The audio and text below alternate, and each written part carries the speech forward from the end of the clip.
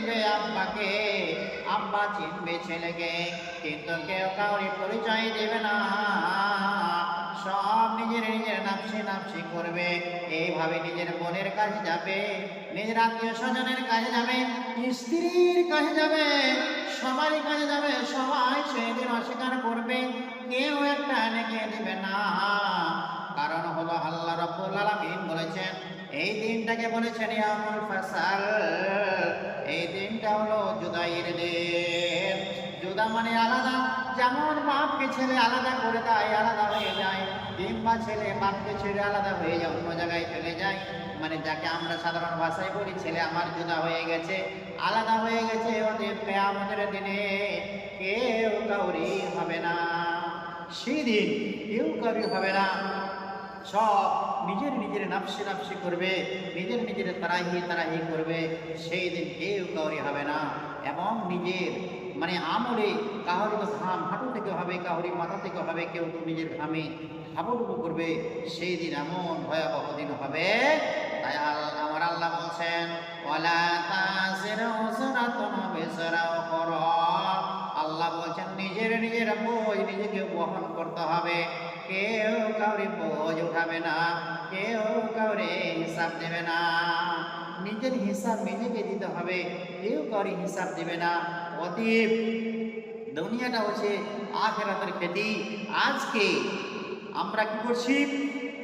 ছেলের জন্য, মেয়ের জন্য আজকে আমরা কি করছি? মিথ্যা কথা বলছি, এক অপরের জমি আত্মসাৎ করছে, বেঈমানি করছে, আমাদের খেয়ানত করছে, মানুষকে ধোকা দিচ্ছে, মিথ্যা কথা বলছে। যত রকমের পাপ কামাচ্ছি, আমার মিথ্যা কথা বলে আমি জমি আত্মসাৎ করলাম। একটা কারণ, আমার ছেলে মেয়ে সুখী হবে, আমার ছেলে মেয়ে সুখে বাস করবে। ছেলে মেয়ের জন্য আমি হালাল হারাম কিছুই বুঝি না, আমি রুজি উপার্জন করছি। কিন্তু কিয়ামতের দিনে আপনার ছেলে আপনার হবে না, আপনার মেয়ে আপনার হবে না, আপনার স্ত্রী আপনার হবে না।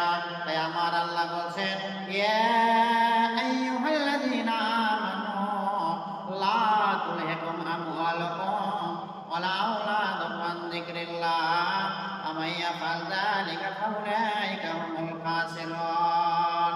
আমার আল্লাহ বলছেন, ও ঈমানদারেরা, ও ঈমানদারেরা, ইয়া আইয়ুহাল্লাযীনা আমানু লা তুলহিকুম আমওয়ালুকুম ওয়ালা আওলাদুকুম আন যিকরিল্লাহ। আল্লাহ বলছেন, তোমরা দুনিয়ার মালের মহব্বতে পড়ে, দুনিয়ার মালের মহব্বতে পড়ে, ছেলের মহব্বতে পড়ে তুমি আখিরাতটাকে তুমি বরবাদ করে দিও না। তুমি যদি মালের পিছনে পিছনে দৌড়তে থাকো, ছেলের মহব্বতে ছেলের পিছনে দৌড়ো, দুনিয়া করতে হবে, ছেলেকে কিভাবে সুখী করবো এর পিছনে তুমি দৌড়ছো, আহারে ওই ছেলে ওই মাল তোমাকে আখিরাত থেকে বঞ্চিত করে দেবে। তুমি পথভ্রষ্ট হয়ে যাবে, পথভ্রষ্ট হয়ে যাবে। তাই আমার আল্লাহ বলছেন, আনফিকু মিম্মা রাযাকনাকুম মিন কাবলি আইয়াতি আহাদাকুমুল মাউত। তাহলে আমাদেরকে ছেলে মেয়ের বেশি মানে যদি মহব্বত করি, ছেলে মেয়ে যদি আমরা মনে করি ছেলে মেয়ের জন্য মানে অট্টালিকা করতে হবে, বিশাল কিছু তৈরি করতে হবে, এবং তার দিকে যে আমরা দৌড়তে থাকি, তাহলে আমাদের আখিরাত থেকে কি হয়ে যাব? আমরা বঞ্চিত হয়ে যাব, আমরা পথভ্রষ্ট হয়ে যাব। কিন্তু সেই দিন কিয়ামতের দিনে ছেলে মেয়ে আপনার হবে না, সেই দিন আপনার উল্টামে চলবে। সুবহানাল্লাহ। তো আল্লাহ রাব্বুল আলামিন পরক্ষণে বলছেন, ওয়ানফিকু মিম্মা রাযাকনাকুম মিন ক্বাবলি আইয়াদাহাদাকুমুল মাউত ফায়াকুলু রাব্বি লাউলা আখখারতানি ইলা আজালিন কারীব ফাসাদ্দাকা ওয়া কুম মিনাস সালিহিন। আমার আল্লাহ বলছেন, তুমি মৃত্যুর আছে, মৃত্যু আসার আগে, তোমার মরণ আসার আগে, মৃত্যু আসার আগে তুমি আল্লাহর রাস্তায় কিছু খরচ করো। আমি তোমাকে যা রুজি দিয়েছি, যা তোমাকে আমি টাকা দিয়েছি, পয়সা দিয়েছি, যা তুমি ইনকাম করো, তার মধ্য থেকে তুমি আমার রাস্তায় কিছু কিছু করে খরচ করো। আনফিকু মিম্মা রাযাকনাকুম মিন ক্বাবলি আইয়াতাহাদাকুমুল মাউত। তোমার মৃত্যু আসার আগে তুমি আমার রাস্তাতে কিছু কি করো? খরচ করো। মিম্মা রাযাকনাকুম মিন ক্বাবলি আইয়াতাহাদাকুমুল মাউত ফায়াকুলু রাব্বি লাউলা আখখারতানি ইলা আজালিন কারীব ফাসাদাকা ওয়া কুম মিনাস সালিহিন। যত মানুষ মরবে মৃত্যুর সময় তারা এই কথাটাই বলে যে আল্লাহ আমাকে দুনিয়াতে কিছু সময় দাও, আমি কিছু সময় দাও, আমার যা টাকা আছে মাল আছে তোমার রাস্তায় আমি খরচ করব, আর খরচ করে আমি ফাসাদাকা ওয়া কুম মিনাস সালিহিন, আমি সলিহ হয়ে পরেজগার হয়ে দিনদার হয়ে আমি তোমার কাছে ফিরে আসবো। কিন্তু আমার আল্লাহ বলছেন আলাইহি আখিরালু নাফসানি জাজালাহা আল্লাহু কাবীরুম বিমা তা'মালুন। তোমাকে একটু বা একটা সেকেন্ডও সময় দেওয়া হবে না। তোমার যে সময় নির্ধারিত সময় তোমার রয়েছে ওই সময়ের একটা সেকেন্ড আগেও করা হবে না, পিছনেও করা হবে না। ওই সময়ের মধ্যে তোমাকে দুনিয়া ছেড়ে চলে যেতে হবে। অতএব আজকে আমরা দুনিয়াকে উপার্জন করার জন্য, ছেলে মেয়েকে সুখী করার জন্য আজকে আমরা অট্টালিকা তৈরি করছি, কত রকমের আমরা হারাম পন্থায় কিছু উপার্জন করছি ছেলে মেয়েকে সুখী করার জন্য। কিন্তু আমার আল্লাহ বলছেন আল মাল ওয়াল বানুন ফিতনা, আহারে ছেলে মেয়ে হলো দুনিয়ার ফিতনা। আল্লাহ পাক ফিতনা বলেছেন, দুনিয়ায় ছেলে মেয়ে হলো আজমাইশ, পরীক্ষা, এটা হলো ফিতনা। অতএব তোমরা ছেলে মেয়ের বেশি মহব্বতে পড়ে যেও না, না হলে তোমাদেরকে আখিরাত থেকে বঞ্চিত করে দেবে। আখিরাত থেকে সেই দিন কি করে দিবে? বঞ্চিত করে দিবে। অতএব সেদিন কেউ কাউকে হবে না, নিজের হিসাব আপনাকে নিজে বুঝিয়ে দিতে হবে। আপনার ছেলে আপনার হবে না, আপনার মেয়ে আপনার হবে না, টাকা আপনার হবে না। অতএব যা আল্লাহ পাক আপনাকে দিয়েছেন তার মধ্যে হয়তো আল্লাহর রাস্তাতে কি করতে হবে? খরচ করতে হবে, দান করতে হবে। এই দান আপনার সেই কবরে যাবে, হাসরে আপনি পাবেন। আল্লাহ জামাত কাঁদতে বলে আনফুসুকুম খায়রুন তাজিদুহু ইনদাল্লাহ। আল্লাহ বলছেন তুমি যাওয়ার আগে কিছু তুমি পাঠিয়ে দাও। যেমন উদাহরণ দিতে বোঝা যায় যে যিনারা হাজী সাহেব হজ করতে যায়, আপনার মালদার ব্যাংকে টাকা জমা করে আর সেখানে ভিসা পাসপোর্ট জমা করে, আর আপনার মদিনায় আপনার সেই 3 নম্বর বিল্ডিংয়ে 4 তলায় কত নম্বর রুম, কত নম্বর বেড আপনার নাম উঠে আছে। মক্কায় আপনার ঘরে কত নম্বর ঘর, কত নম্বর বিল্ডিং, আপনার কত নম্বর বেড আপনার নাম সেখানে উঠে আছে। আপনার এয়ারপোর্টে যাবেন, আপনার কত নম্বরে আপনার টিকিট বুকিং হয়ে আছে, কত নম্বর সিট সব বুক হয়ে আছে। আপনি যাওয়ার আগেই আপনি কি করছেন? এই ব্যাংকে এখানে সরকারকে টাকা জমা দিচ্ছেন। তো সেই রকম আল্লাহ রাব্বুল আলামিন বলছেন আমা তুকাদ্দিমু লিআনফুসিকুম খায়রুন তাজিদুহু ইনদাল্লাহ। আমার আল্লাহ বলছেন বান্দারে তুমি আমার কাছে আসার পূর্বে, আসার আগে তুমি কিছু জমা করে নাও, তুমি কিছু ব্যাংক ব্যালেন্স করে নাও। আমা তাজিদুহু ইনদাল্লাহ, তোমরা আমার কাছে এসে সেটা তোমরা পেয়ে যাবে। মানে আল্লাহর কাছে যাওয়ার পূর্বেই আমাদের কিছু সঞ্চয় করতে হবে, মানে কিছু মাল জমা দিতে হবে। সেটা হচ্ছে সেই টাকা। সেই টাকা মাদ্রাসায় দেন, মসজিদে দেন, ফ্যান কিনে দেন, আল্লাহর রাস্তায় কথা গরিব গারবাকে দেন। যত টাকা পারেন, যতটা পারেন আপনি খরচ করেন। এই টাকা আপনার জমা থাকবে, এই টাকা আপনার কিয়ামতের ময়দানে পাবেন, কবরে গিয়ে পাবেন, হাসরের ময়দানে গিয়ে এই দানের নেকি আপনি পাবেন, আপনার জমা থাকবে। সম্মানিত উপস্থিতি, তাহলে আজকে আমরা ছেলে মেয়ে মোহাম্মতে পড়ে আজকে আমরা আখিরাতকে বঞ্চিত করে দিছি। আজকে আমরা সালাত আদায় করার সময় পাই না, আজকে আমাদের সালাত আদায় করা আমাদের সময় হয় না। সালাতের যদি কথা বলা যায় তাহলে মাওলানা আমরা গরিব মানুষ খেটে খাই, রুজি ইনকাম করি, বড় কষ্ট হয়, সালাত আদায় করার সময় হয় না।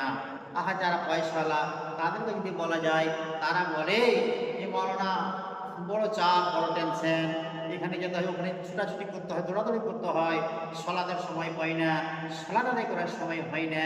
রমজান মাস আসলে বলে মাওলানা আমের করতে হয়, কাজ করতে হয়, পরিশ্রম করতে হয়, রোজা রাখা সম্ভব হয় না। এইভাবে আমরা বাহানা বানাই এবং আমরা সালাত আদায় করি না। রোজাও রমজান মাসে রোজাও আমরা রাখি না, ভালো আমল করি না। সম্মানিত উপস্থিতি, কিন্তু আপনি আপনার ছেলে মেয়ের জন্য আপনি এগুলি করছেন, কিন্তু এগুলি আপনার সঙ্গে যাবে না যদি আপনি সালাত আদায় না করেন, যদি আপনি রমজান মাসে রোজা না করেন, এক কথায় ভালো যদি আমল না করেন, কিছুই আপনার সঙ্গে যাবে না। আল্লাহ রাসূল বলেছেন মানুষ যখন মারা যায় সমস্ত তার আমল সঙ্গে যায়, সব ফিরে আসে। 3টা আমল তার সঙ্গে যায়, 3টা, তার মধ্যে একটা মাল, ছেলে মেয়ে আর আমল। ছেলে মেয়ে ঘুরে আসে, তার মালও ঘুরে চলে আসে, এবং বাবা কি আমল হোম, তার ইত্তাবাল মাইয়াতু সালাসাতুন, যে মৃত্যুর সঙ্গে তিনটা জিনিস যায়, তার মাল যায়, তার ধন সম্পদ যায়, আর তার কি যায়, ছেলে মেয়ে যায়, আর কে যায়, তার আমল যায়। ছেলে মেয়ের মাল ধন সব ফিরে চলে আসে, ভয়াবকা আমালহু, তার আমলটাই বাকি থাকে। অতএব দুনিয়াতে আমাদেরকে ভালো আমল করতে হবে, নেকির কাজ করতে হবে, নেকির সঞ্চয় করতে হবে, তাহলে আমরা আখিরাতে আমরা কি পারবো, পরিত্রাণ পাবো। সেই দিন মহাপ্রলয়ের দিন, কঠিনকর দিন, সেই দিনের কথা আমি আলোচনা করেছি যে সেই দিন কঠিনকর দিন, কেউ তৈরি হবে না।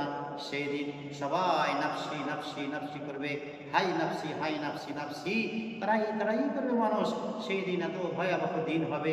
তাই আমার আল্লাহ বলছেন যে সেই দিনকে বলে তোমরা ভয় করো, সেই কঠিন দিন, সেই দিন এক একটা দিন 50,000 বছরের এত বড় দিন, সেই দিনকে বলে ভয় করতে হবে। আজকে আমাদের মধ্যে ইনসাফ উঠে গেছে, বিচার উঠে গেছে, ইনসাফ আমরা হারিয়ে দিয়েছি। তাই আল্লাহ রাসূল বলেছেন, কিয়ামতের ময়দানে, কিয়ামতের ময়দানে আল্লাহর রহমতের ছায়া ছাড়া, আল্লাহর আরশের ছায়া ছাড়া আর কোনো ছায়া থাকবে না। মানুষ নিজের ঘামে হাবুডুবু করে তারাই করবে। সূর্যটা মস্তিষ্কের উপর আসবে, আর এত সেলসিয়াস এত তাপমাত্রা হবে, জি মানে মাটি পুড়ে গেলে তম্বা হয়ে যাবে, এবং মানুষের রোদ্রের কিরণে তাপে মানুষের ঘামে হাবুডুবু করবে এবং টকবক টকবক করবে, এত ঘাম হবে, এত গরম হবে। তাই নবী বলছেন সেই দিন 7 প্রকারের মানুষ আল্লাহর আরশে ছায়া পাবে, আল্লাহর রহমতের ছায়া পাবে। তাই আল্লাহ নবী বললেন, মা মুনাদিনুন ওয়া সাফুন সাফি ইবাদাতিল্লাহ, ওই বিচারক, ওই বাদশাহ, ওই দেশের নেতা যার মধ্যে ইনসাফ আছে, ইনসাফের সঙ্গে ফয়সালা করেছে, ইনসাফ করেছে, পাড়া প্রতিবেশীর সঙ্গে ইনসাফ করেছে, কোনো বিচার আচারে ইনসাফ করেছে, কোনো ভাইয়ে ভাইয়ে মারামারি তাদের মধ্যে ইনসাফ করে বিচার করেছে, নিজের ছেলে মেয়ের সঙ্গে করেছে, ইনসাফ করেছে। অতএব ইমাম আদিলুন, জি যার মধ্যে ইনসাফ আছে, ওই ইমাম যে দেশের নেতা নেতৃত্ব দেয়, তার বিচার আচার, তার কি রয়েছে, বিচার আচারে ইনসাফ রয়েছে, হক কথা বলেছে। তাই আমার আল্লাহ বলছেন এবং আল্লাহ রাসূল বলছেন যে এই এক প্রকারের মানুষ আল্লাহর রাসূল ছায়া পাবে। ইমামুন আদিলুন ওয়া সাফুন সাফি ইবাদাতিল্লাহ, ওই নওজোয়ান যুবক, তরুণ যুবক যে নিজের সময়কে, নিজের বয়সটাকে আল্লাহর ইবাদতে কাটিয়ে দিয়েছে, আল্লাহর ইবাদত বান্দিগিতে কাটিয়ে দিয়েছে, এই যুবক আল্লাহর আরশে ছায়া পাবে। এবং রাজুলুন কালবুহু মুআল্লাকুন ফিল মাসাজিদে, ওই যুবক জোহরের নামাজ পড়ে বাড়ি গিয়েছে, তার দিল টাঙা আছে মসজিদের দিকে, কখন মসজিদে আজান হবে, যে আমি আসরের সালাত আদায় করব, এই যুবক, এই লোক, এই তরুণ যুবক আল্লাহর আরশে ছায়া পাবে, আল্লাহর আরশে ছায়া পাবে। আর 4 নম্বর হলো ওই ব্যক্তি জি কোনো পাপের কাজে গিয়ে সেখান থেকে সে কি করছে, ফিরে আসছে আল্লাহর ভয়ে, মানে সেই পাপ করে না। বলছেন ইন্নী আখাফুল্লাহ, আমি আল্লাহকে ভয় করি। তার চাচাতো ভাই বোনের সঙ্গে সেই ব্যক্তি জেনা করার জন্য প্রস্তুত হয়ে গেছে, সেই অঝোর নয়নে কাঁদছে সেই মহিলা। এইবারে ওই মহিলা ইন্নী আখাফুল্লাহ, তুমি আল্লাহকে ভয় করো। তাই সেখান থেকে আল্লাহর ভয়ে পাপ থেকে ফিরে আসলো। এইবারে 4 নম্বর হয়ে গেল। এবং 5 নম্বর তাহাব্বা ফিল্লাহ, আল্লাহর সঙ্গে কি করলো, দোস্তালি রেখেছে।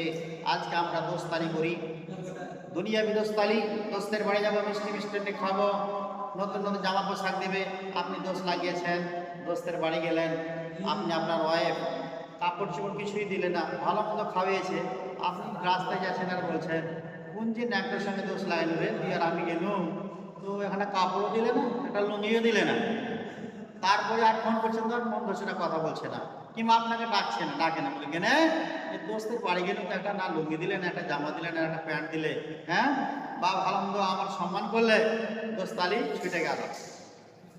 এইরকম দোস্তালি কথা আল্লাহ বলেনি, আল্লাহ রাসূল বলছেন তাহাব্বা ফিল্লাহ, আল্লাহর মহব্বতে দোস্তালি রাখতে হবে। জি আল্লাহর মহব্বতে মানে আপনি একটা মুফতি সাহেবের সঙ্গে দোস্তালি করছেন, আপনার নিয়ত যে মৌলানার সঙ্গে আমি দোস্তানি যদি করি তাহলে কিছু দিনের কথা শিখবো, দিনের কথা তো আমি পাবো, দিনের কিছু কথা আমি শিখবো, আমি সালাত আদায় করবো, আমি কিছু কথা জানবো, এবং আমি যার সঙ্গে দোস্তানি করছি আমানিয়াত হবে এই ভাইয়ের সঙ্গে দোস্তানি করেছি তাকে কিন্তু দিনের শিক্ষা দেবো, সালাত আদায় করে না তাকে সালাত আদায় করবে, এবং তাকে সালাতের দাওয়াত দেবো, তাকে ভালো করবো, তার পরিবারকে ভালো করবো। এই তাহাবুফিল্লাহ, আল্লাহর ভয়, আল্লাহর মানে রাস্তায়, আল্লাহর মানে রেজামন্দির জন্য, আল্লাহকে খুশি করার জন্য দোস্তালি রেখেছে। এই দোস্তালি কিয়ামতের ময়দানে আমি যখন জান্নাতে যাব, তখন আমার দোস্তকে নিয়ে আমি সঙ্গে সঙ্গে একসঙ্গে জান্নাতে যাব। এবং তাকে যখন বজ্রিত হয়ে আমি যদি শুধরে না পারি, তাহলে ফাররাকা মানে আল্লাহর জন্যই তাকে কি করতে দোস্তালি ছেড়ে দিতে হবে। তাহলে এই আল্লাহর রাস্তায় যারা, আল্লাহর মহব্বত যারা দোস্তালি করে, এই প্রকারের মানুষ আল্লাহর আশ্রয় পাবে। আর কিভাবে? যে আপনি মানে ডান হাতে দান করেছেন, কখনো দান করেছেন বাম হাতে জানতে পারলো না, ডান হাতে দান করেছেন বাম হাতে জানতে পারলো না, এই লোক, এই মানুষ, এই শরীরের লোক, এরা পাবে আল্লাহর ছায়া পাবে। সুবহানাল্লাহ।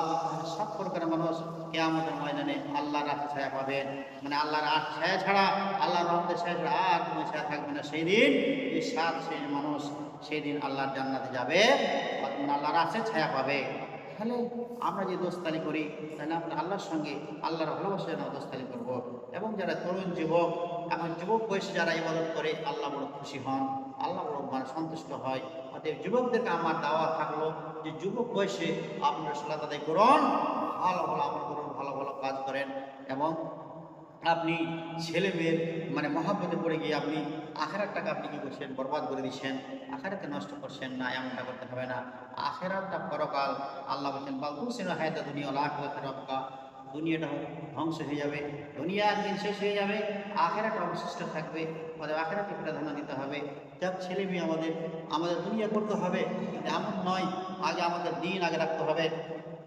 আজকে একটা মোবাইলের রিংটোন যদি বাজে, একটা বাচ্চা ছেলে বুঝতে পারে, দড়িয়ে গিয়ে কী করে মানে মোবাইলটা উঠিয়ে নেয়, বলে হ্যালো তুমি কি আছো।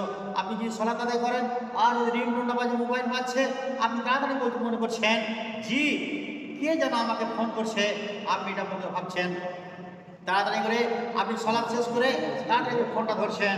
কিন্তু আল্লাহর যে ডাক সবচেয়ে বড়, 5 বার আল্লাহ ডাক দিচ্ছেন, আহা মুয়াজ্জিন ডাক দিচ্ছেন, হাইয়া আলাস সালাহ, হাইয়া আলাল ফালাহ, তুমি সালাতের দিকে এসো, সালাতের টাইম হয়ে গেছে, সালাতের দিকে এসো।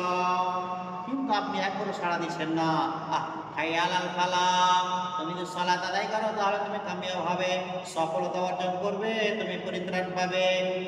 দিনে রাতে 5 বার আল্লাহর ডাক মসজিদ থেকে আপনাকে দিচ্ছে, আপনাকে দাওয়াত দিচ্ছে, আপনাকে ডাকা হচ্ছে, কিন্তু আপনি এক কান দিয়ে শুনছেন আর এক কান দিয়ে বের করে দিচ্ছেন, বুঝছেন না? আমরা শুনি, আমরা বুঝি, আমরা বুঝছি না। কিন্তু একটা মোবাইল রাত 12টার সময় যদি রিংটোন বাজে, ঘুম থেকে ভেঙে ঘুমটাকে হারাম করে দিয়ে সঙ্গে সঙ্গে মোবাইলটাকে ওকে করি, বলে ভাই কে ফোন করছো, আপনি বুঝতে পারছেন কে যেন আমাকে ফোন করছে, কোনো প্রয়োজন আছে। কিন্তু একজন মুয়াজ্জিন 5 বার আপনাকে ডাক দিচ্ছে সালাতের দিকে, তারপর আপনি সাড়া দিচ্ছেন না। সব আল্লাহর ডাক হলো বড় ডাক, আল্লাহর কথা বড়, আল্লাহু আকবার, আল্লাহু আকবার, আল্লাহ যেটা আর কেউ বড় নাই। তারপর আমাদের সাড়া জাগে না। আল্লাহ রাব্বুল আলামিন আমাদেরকে হেদায়েত করেন, যুবকদেরকে যেন হেদায়েত করেন, দিনের দিকে অগ্রসর করেন। এই 5 মাসে সালাতের জন্য ডাক দেওয়া হচ্ছে, আল্লাহ যাতে এই দাওয়াত কবুল করেন এবং তারা যেন সালাতের আযান শুনে যেন আসেন, 5 ওয়াক্ত সালাত আদায় করেন। যত রকমের নেশা পানি আছে আল্লাহ এদেরকে ছাড়া তৌফিক দান করেন। বলেন আমিন, আল্লাহুম্মা আমিন। আসসালামু আলাইকুম।